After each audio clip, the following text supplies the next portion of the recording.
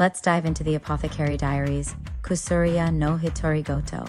As if we're sprawled on a couch, binging episodes with snacks in hand, ready to unpack what makes this anime sparkle or stumble. By the end, I'll slap a rating on it and tell you whether it's worth your watch. Picture this. A gritty 17-year-old girl, MaoMao, gets snatched from a red light district and sold into servitude at the emperor's rear palace in a fictional, ancient China-inspired world. She's no damsel, though. MaoMao's a whip-smart apothecary with a knack for herbs, poisons, and solving mysteries. When she overhears about the emperor's heirs falling ill, her curiosity kicks in, and she starts unraveling palace intrigues like a detective in a handbook.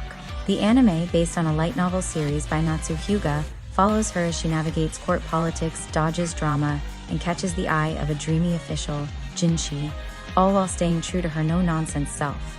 The narrative hooks you from episode 1. It's not a flashy shonen brawl or a weepy romance. It's a slow-burn blend of historical drama, medical mystery, and sly humor. Each episode feels like a puzzle, with MaoMao sniffing out clues to solve cases. From poisoned face powder to a courtesan's near-death scare, the palace setting, dripping with opulent visuals and simmering tension, keeps you glued. Think Sherlock Holmes meets the 12 Kingdoms, but with a heroine who'd rather dissect a mushroom than swoon over a prince. MaoMao is the heart of the show, and she's a breath of fresh air. She's not your typical anime lead, no doe-eyed innocence or chosen one destiny here. She's pragmatic, sarcastic, and a little unhinged.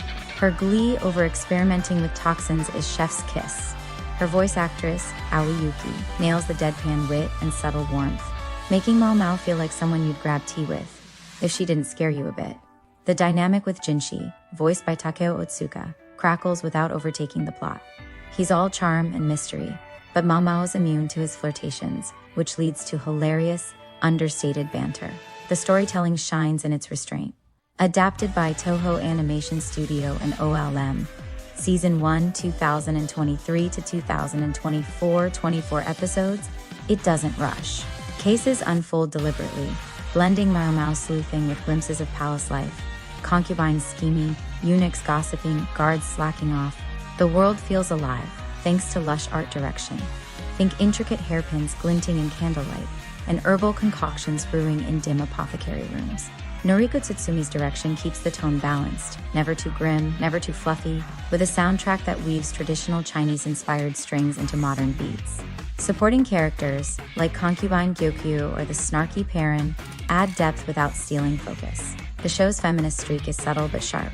MaoMao's agency, her refusal to be a pawn, and her respect for other women's choices, even courtesans, ground the story in something real. It's refreshing to see an anime tackle class, gender, and power dynamics without preaching. Now, let's get critical. The Apothecary Diaries nails a lot. Its pacing is a masterclass. Each mystery resolves in 1 or 2 episodes, but an overarching plot about Jinshi's identity and palace conspiracies simmers just right. The animation pops, especially in small details. MaoMao's freckles, the shimmer of silk robes, or steam rising from a medicinal bath. The show respects your intelligence, dropping clues for you to piece together alongside MaoMao, and it rarely spoon-feeds exposition. Fans of brainy protagonists will eat this up. Her deductions are satisfying, like watching a chess match where she's always 3 moves ahead. But it's not flawless. The episodic mysteries, while fun, can feel formulaic by the mid-season slump around episodes 10 to 12. MaoMao's always got the answer, which makes her borderline too perfect. Some fumbles would have humanized her more. Jinshi's backstory, teased heavily, unfolds too slowly, leaving some threads dangling by the finale. If you're not into talky dramas, the lack of action might drag. There's no swordplay or magic, just intellect and intrigue. And while the humor lands, MaoMao's poison obsession is gold. A few gags, like Jinshi's over-the-top flirting, feel forced, especially if you're not sold on their chemistry. Compared to heavyweights like Vinland Saga or Made in Abyss, it lacks gut-punching emotional depth. The stakes stay grounded. Nobody's saving the world, just solving courtly scandals, which is refreshing but might underwhelm thrill seekers. A few side characters, like certain concubines, get shortchanged, fading into the background after 1 arc. Still, these are nitpicks in a show that knows exactly what it wants to be, a smart, stylish drama with a killer lead. The Apothecary Diaries is a gem that thrives on its brains, charm, and understated rebellion. MaoMao carries the show with her sharp wit and quiet strength, backed by a vivid world and tight storytelling. If you love historical settings, clever heroines, or just want something different from isekai overload, this is your vibe. It's not Full Metal Alchemist epic, but it's got heart and smarts in spades. I would rate this 3.5 out of 5. I'm docking a star for the mid-season dip and unresolved threads, but this is a must-watch for anyone craving a fresh take on anime storytelling. Season 2 Feats is already out, and I'll come back with the review soon.